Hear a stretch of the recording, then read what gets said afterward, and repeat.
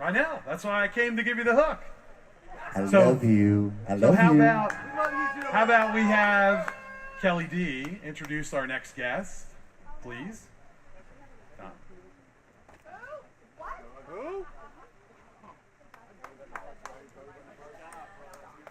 Well, now that the male has spoken, I think it's time for the female to inherit the earth right now. Good luck with that. So, I've said it before and I'll say it again. Do we know how to party or what? And the next guest, I am extremely honored to have introduced last year at RatCon 2013, but you know what? She hasn't gotten sick of us yet. So cool. You know, she was at the inaugural RatCon 2009. She had a nice little party with us then, and we've quadrupled in size, and she still wants to hang out with us. So, throughout the years, this lovely, amazing woman has published books. She's gotten her doctorate in my neck of the woods, no less. She has spoken at numerous events on the radio, in person, at libraries. She is just epic.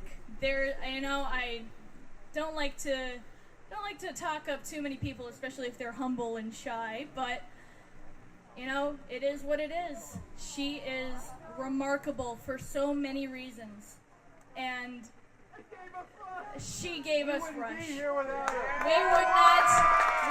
not be here without her. So, even though she says she's just Donna, we all know she is so much more than just Donna. Would you please welcome Dr. Donna Halper to the stage?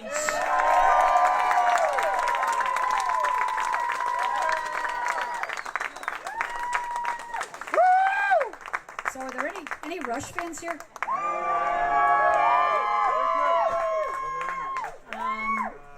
Can you hear me okay? Yes. Outstanding. I'm glad to hear that. First of all, I want to thank everyone because you are what it's about. You are the most loyal, compassionate, dedicated fans ever. And I say that not because I'm here, because I didn't need to be here. Okay? Seriously. You promised me $50, but you didn't deliver it. So, when I'm saying I didn't need to be here, it's not about need. Okay? I didn't need to be here. I wanted to be here. There's a big difference. So, a couple of times, the guys in the band have said, we keep on performing because we know the fans want us to. They don't need to do it, but they want to do it. And there's a big difference. It's not just semantics. That comes from the heart. Everything Rush does comes from the heart. And I know people are watching this and going, yeah, whatever, you're friends with the band. Well, yes, I am. But that proves it, okay? I've mentioned how many people over the years I've done nice things for. And I'm not saying that like, oh, aren't I wonderful? I'm saying when I was in radio, part of my job was to do nice things for people. I was a music director. I was an assistant program director. I was this, I was that. I was supposed to help bands. Never heard from most of them again, okay? They got what they wanted, which was either publicity or airplay or whatever. Gone. And I didn't expect anything different. It's not like I went home at night and said to my then boyfriend, oh, woe is me, they don't remember me. That's the business. It's just the way it is. There were a few people I kept in touch with, but not very often. When I first met Rush, I never expected that next month it will be 40 years. 40 years. Okay? Now, anybody that can put up with me for 40 years, that in itself is something.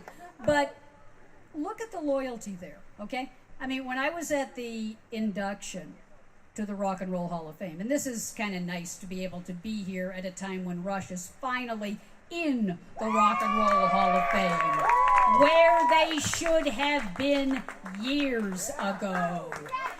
And what was hilarious about being there, and some of you were there, and this didn't make the cut when they did it on TV, and I'm not horribly surprised. We booed Jan Wenner for 5 minutes.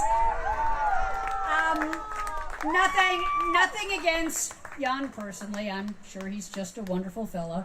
But it is pretty well known that he was, shall we say, not a big fan of the band. Okay?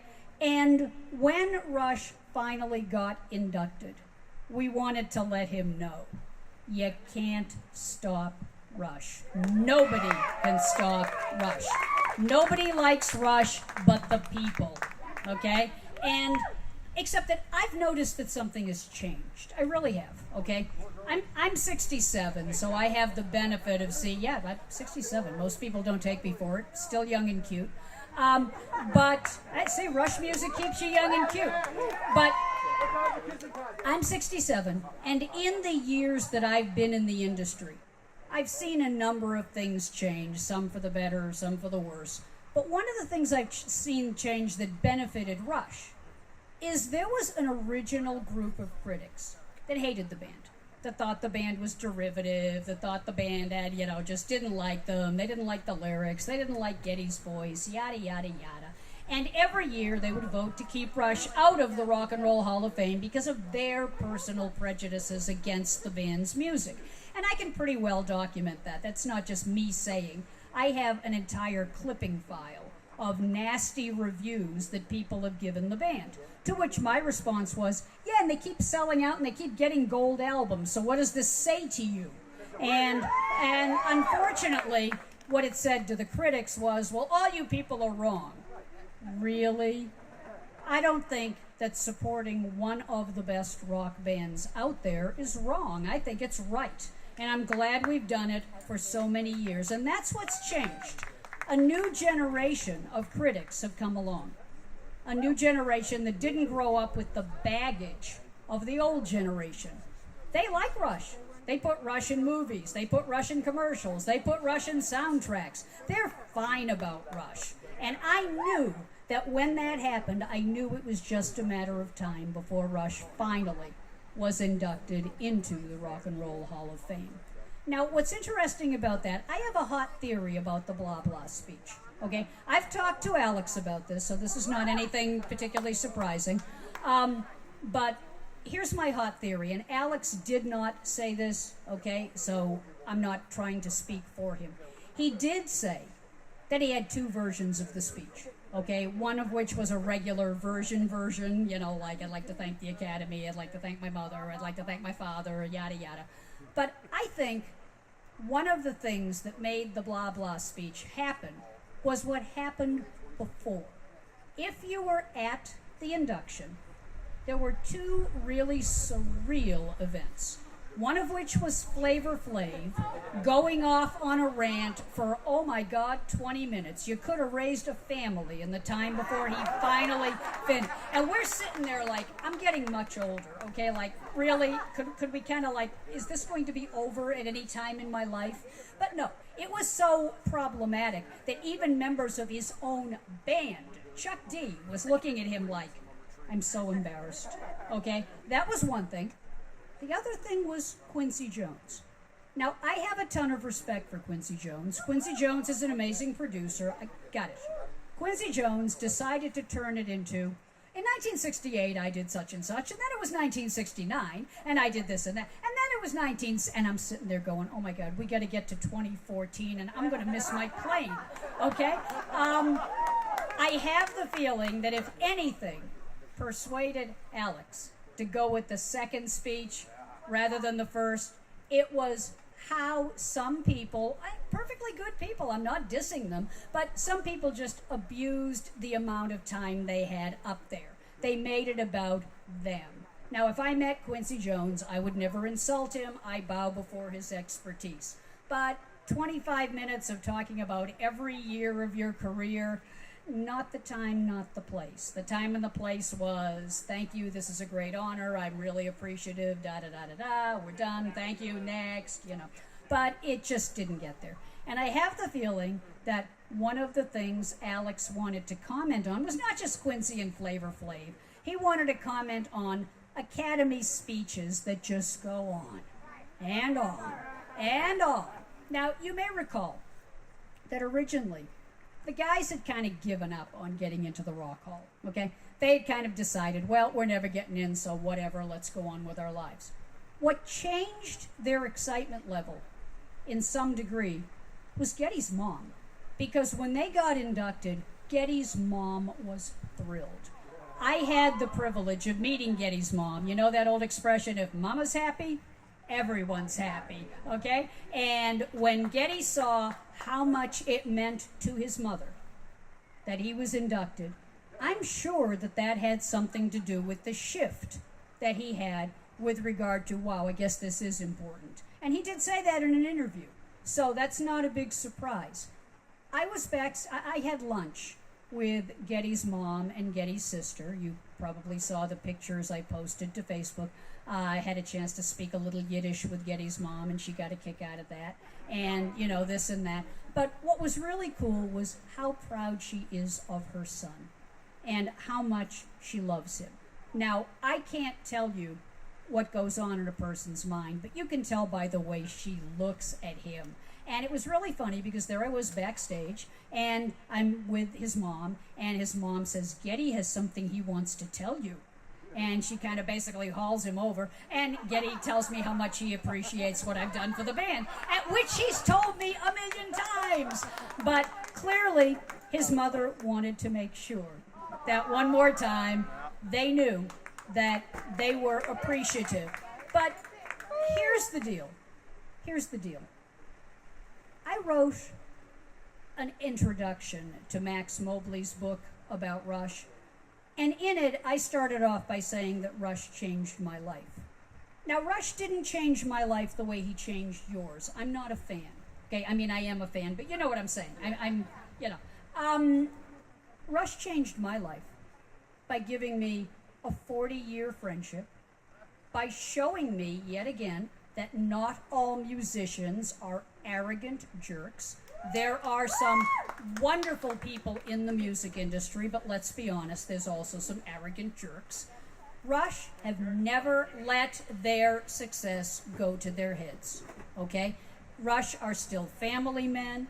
They love their families. They care about their families. They care about the fans. They don't think they're better than anyone. They don't walk around like, I'm a rock star. And I can say that because I've been backstage with them. I've seen them when the cameras are off, when they're not performing. You would never know they're rock stars. And I think it is so heartening in a world where there's so much ego, so much fakery, that in the case of Rush, what you see is what you get. I'll tell you something else. And I hope I'm not being boring because I don't want to bore people. I'll tell you something else. Oh, I could bore people very easily, trust me. Blah, blah.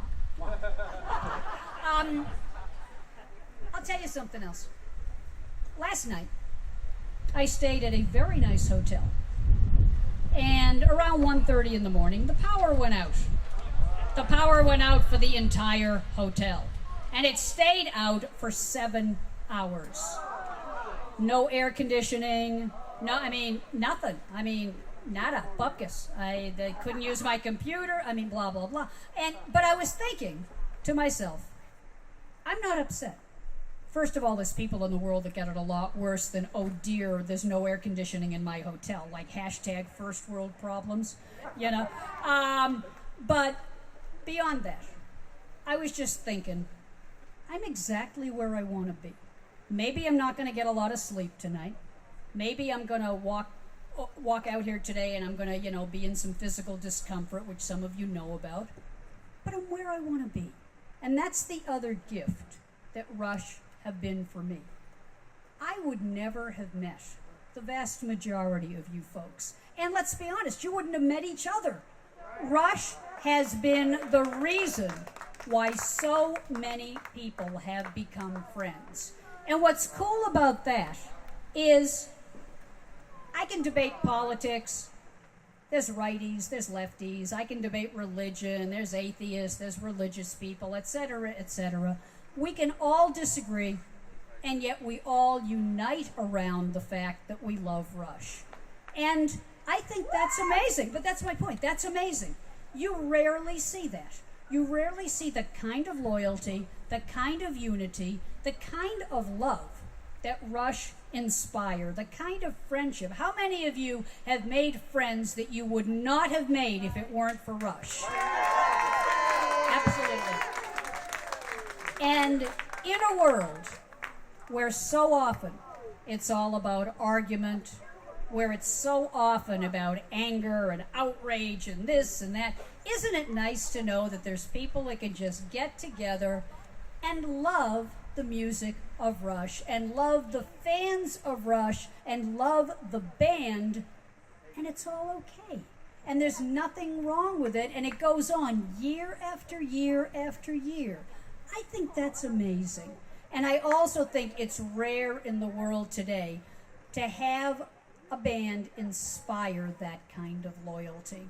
I'm holding in my hand my newest book, plug.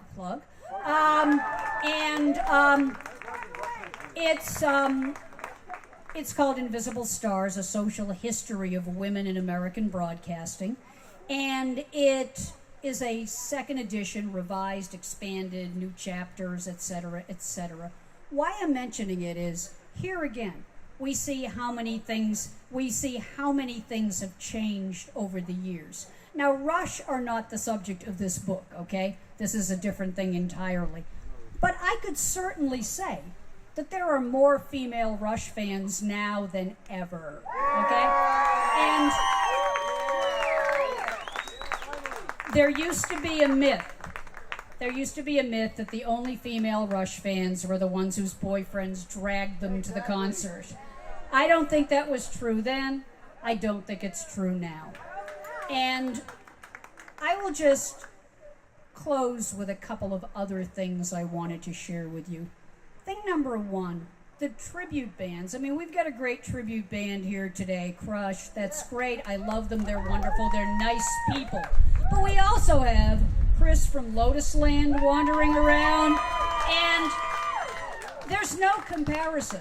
There's no comparison. Each tribute band brings their love, their respect, and their admiration for the gift that Rush has been to all of us.